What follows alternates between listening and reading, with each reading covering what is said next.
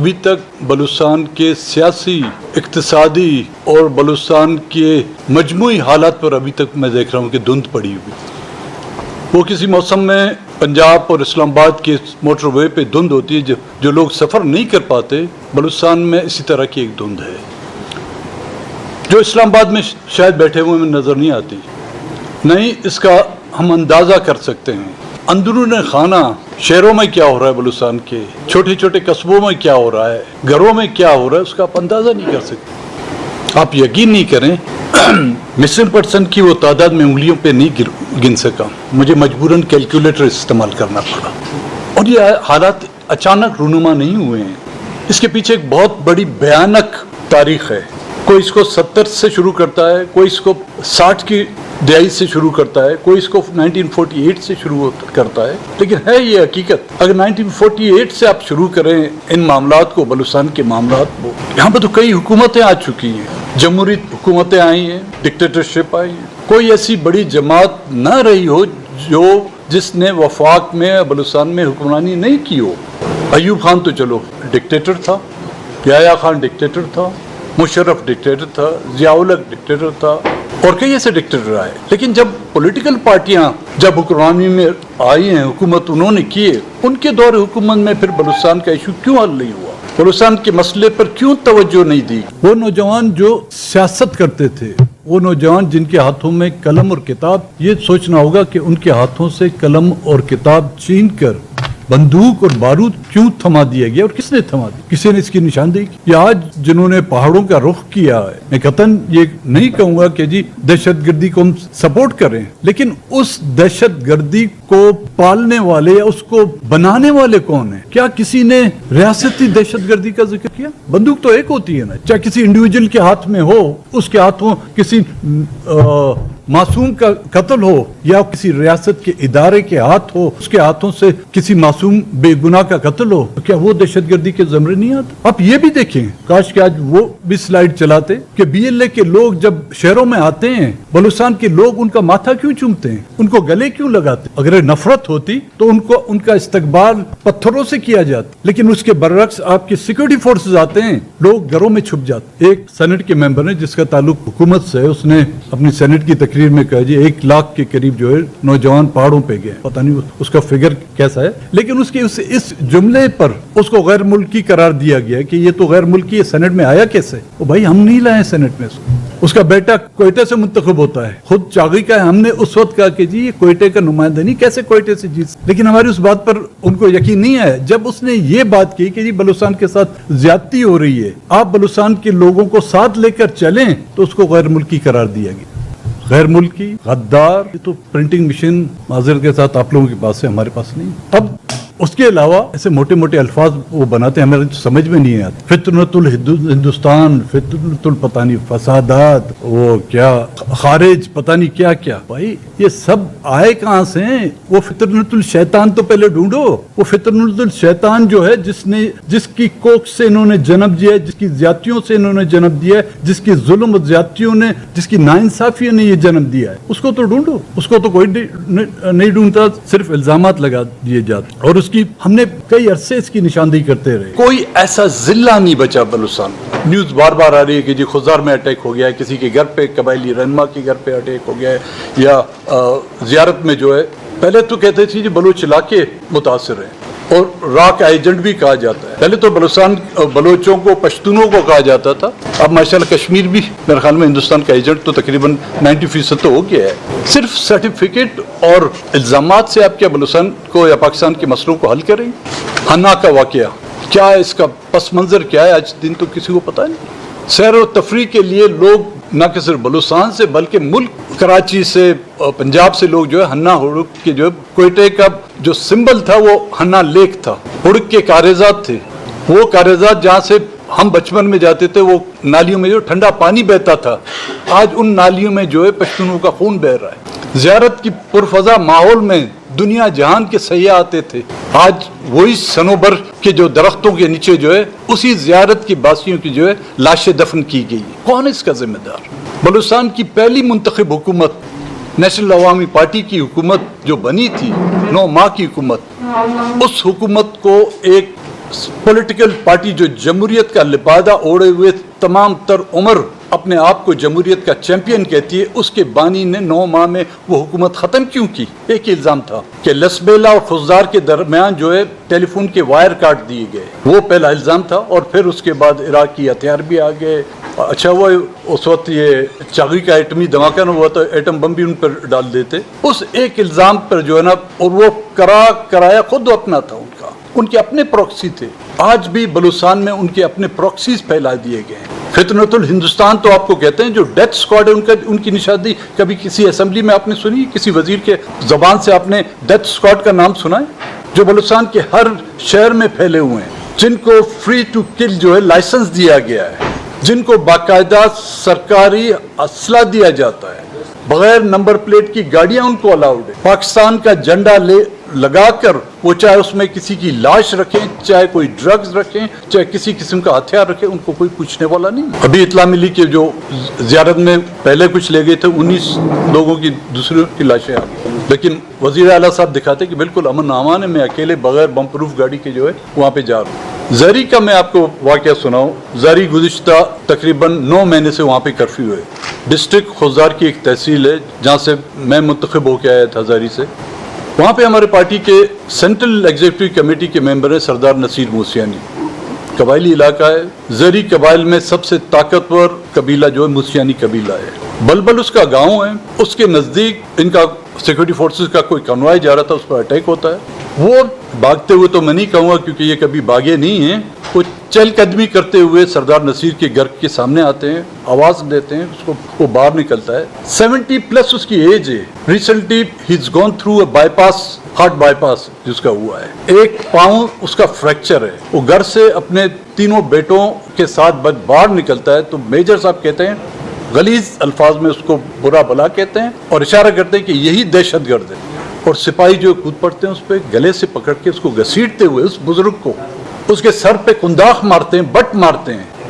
ظاہر ہے کوئی غیرت مند باپ کا غیرت مند بیٹا خاموش تو نہیں بیٹھا ہوگا وہاں، کوئی بھی ہو، میں نہیں کہتا کوئی بلوچ، چاہے وہ سندھی ہو، چاہے پشتون ہو، چاہے پنجابی ہو، سرائکی ہو، کشمیری ہو، کیا آپ میں سے کوئی یہ برداشت کرے گا کہ آپ کے والد بزرگ آپ کے سامنے اس کو بے عزتی کی جائے، اس کو تشدد کا نشانہ بنایا جائے؟ وہ بیٹا جذباتی ہوتا ہے تو اس میجر کے گریبان میں پکڑتا ہے، فائر کرتے ہیں، باپ کے سامنے بیٹے کو شہید کرتے ہیں، اس کی لاش کو گھسیٹتے ہوئے گاڑی میں ڈالتے ہیں، اس کے ضعیف والد کو جو ہے گاڑی میں ڈالتے ہیں، اس کے 2 دوسرے بھائی وہ اور لے جا کے اسکول میں ان کو بند کرتے ہیں۔ گاؤں کے لوگوں کو پتہ چلتا ہے، وہ اکٹھے ہوتے ہیں کہ جی یہ کیا زیادتی کر رہے ہیں آپ، ان پہ موٹر پھینک دیے جاتے ہیں جس میں خواتین زخمی ہوتی ہیں، لاش بھی لے جاتے ہیں، اس سردار کو بھی لے جاتے ہیں، بہت کوشش کے بعد رات کو سردار کو چھوڑ دیتے ہیں اور صبح اس کو اطلاع کرتے ہیں کہ آؤ اپنے بیٹی کی لاش لے جاؤ۔ یہ فلسطین میں سنا ہوگا نا، کشمیر میں سنا ہوگا، لیکن بلوچستان میں آپ لوگوں نے دیکھا بھی نہیں ہوگا، سنا بھی نہیں ہوگا۔ اور دوسرے دن جب لوگ جاتے ہیں لاش وصول کرنے سے، ان سے انڈر ٹیکنگ لیتے ہیں ریٹن کہ آپ لکھ کے دیں کہ یہ دہشت گرد تھا، اس کنڈیشن میں اس کی لاش دیجیے۔ اب اس گاؤں کے لوگ جو اس سردار کو اپنا سردار سمجھتے ہیں، وہ کون سا راستہ اختیار کریں گے آنے والے دنوں میں؟ یہ میں ایک آپ کو سردار کی بات بتا رہا ہوں جو ہماری پارٹی کے سینٹرل ایگزیکٹو کمیٹی کا ممبر ہے۔ بلوچستان کے ہر گاؤں میں، ہر شہر میں، ہر سڑک پر ایسی زیادتیاں ہوتی رہتی ہیں۔ نوجوان ہونا بلوچستان میں جو ہے وہ ایک گناہ ہو گیا ہے۔ پہلے تو والدین اپنے بچوں کو پڑھاتے نہیں تھے کہ پڑھ لکھ کر کچھ سمجھے گا اور یہ مار دیا جائے گا۔ اب نوجوانی کی اس عمر میں آتا ہے، اس کے والدین اس کو کہتے ہیں کہ بیٹا گھر مت بیٹھو، جاؤ جہاں جانا چاہتے ہو جاؤ، کم سے کم ہمیں یہ اطلاع تو ہوگی کہ تم زندہ ہو، اگر کہیں پہ مار دیے جاؤ گے بھی تو ہمیں یہ اطلاع ہوگی کہ تم مر گئے ہو۔ کیونکہ 25 سال تک، 15 سال تک لوگوں کو پتا نہیں کہ ان کے بیٹے زندہ ہیں یا مار دیے گئے ہیں، قبر تک پتا نہیں ہے، ان کو کفن تک نہیں مل رہا۔ اس کو آپ اسلامی ریاست کہتے ہیں؟ یہ ہے اسلامی ریاست جو 78 سالوں میں کون سا اس کی ایک ہمیں ادا بتائیں جو اس میں اسلامک ہو؟ سود سے لے کر اپنی عورتیں بیرون ملک بیچنا، کیا ان حکمرانوں کا وتیرہ نہیں رہا؟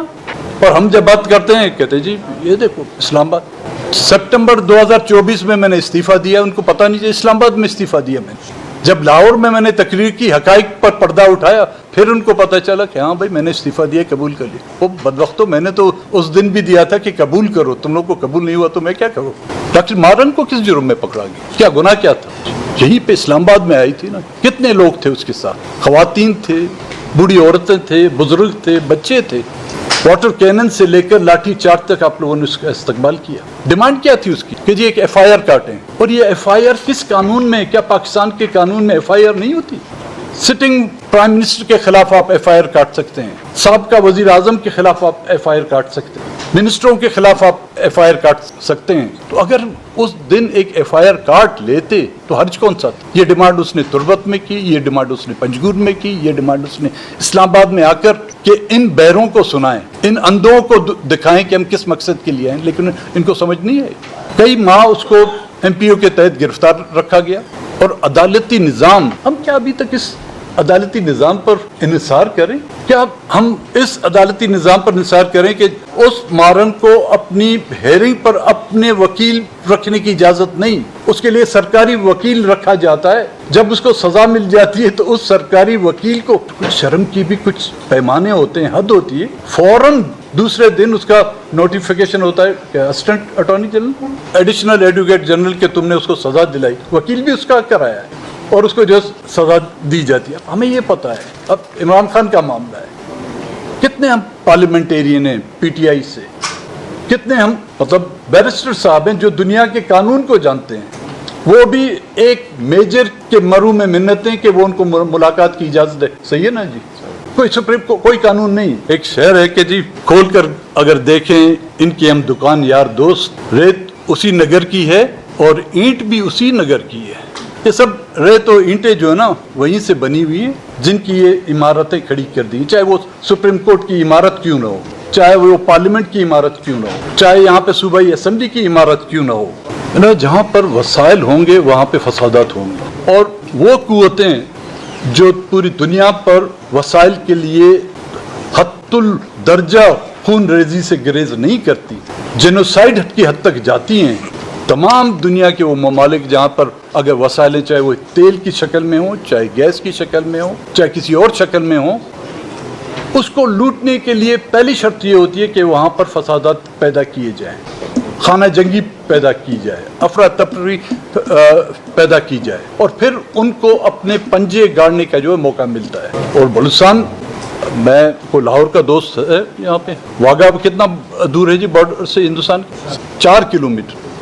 یہ ہندوستانی ایجنٹ واگا سے گزرتے ہوئے کبھی آپ نے پنجاب میں ہندوستانی ایجنٹ دیکھا ہے جی؟ یہ کے پی میں جاتا ہے، پشتو شاید جانتا ہو، یہ خان صاحب نے ان کو پشتو سکھائی ہوگی، یا وہ بلوچستان آتا ہے جن کو میں نے بلوچی سکھائی ہوگی، کیونکہ ابھی تک ہم مرض کو نہیں پہچان پائے۔ معذرت کے ساتھ اب تمام ہمارے اکابر ہیں، ہم مرض کی اس تشخیص کو نہ ہم نے اس پر تجربات کیے ہیں، نہیں ہم مرض کو سمجھنے کی کوشش کر رہے ہیں۔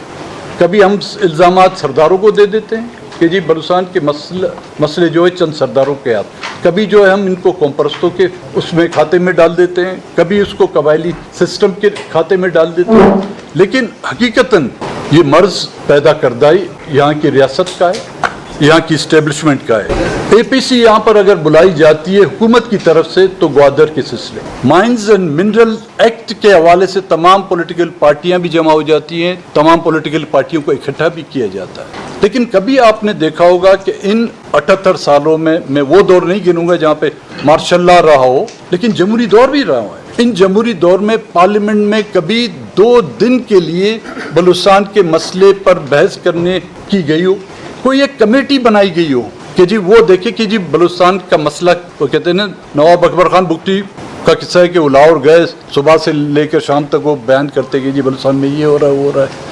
تو پنجاب سے ایک سیاستدان تھے، انہوں نے بولا نواب صاحب وہ جی وہ بلوچستان مسئلہ کی ہے، تو ابھی تک ہم وہ کی ان کو سمجھا نہیں پا رہے کہ جی بلوچستان کا مسئلہ ہے کیا۔ پی ٹی آئی کے دور تھا، اسد کیسر صاحب گواہ ہوں گے، میں ایک تجویز لے آیا تھا کہ جی تمام پولیٹیکل پارٹیوں کی ایک کمیٹی بنائی دی جائے، وہ جا کے بلوچستان وزٹ کرے، وہ صرف قوم پرستوں سے بات نہ کرے، وہ وہاں کے چیمبر کامرس کے لوگوں سے بات کرے، بار سے ملاقات کرے، یہاں تک کہ ہم نے کہا تھا کہ جی سرکاری غیر سرکاری لوگ ہیں ان سے ملیں، بیوروکریسی ہے ان سے ملاقات کریں، جو ملیٹنٹس ہیں کوشش کریں کہ ان کے پاس نہیں جاتے، ان کے نمائندگوں سے ملاقات کریں، ان سے پوچھیں۔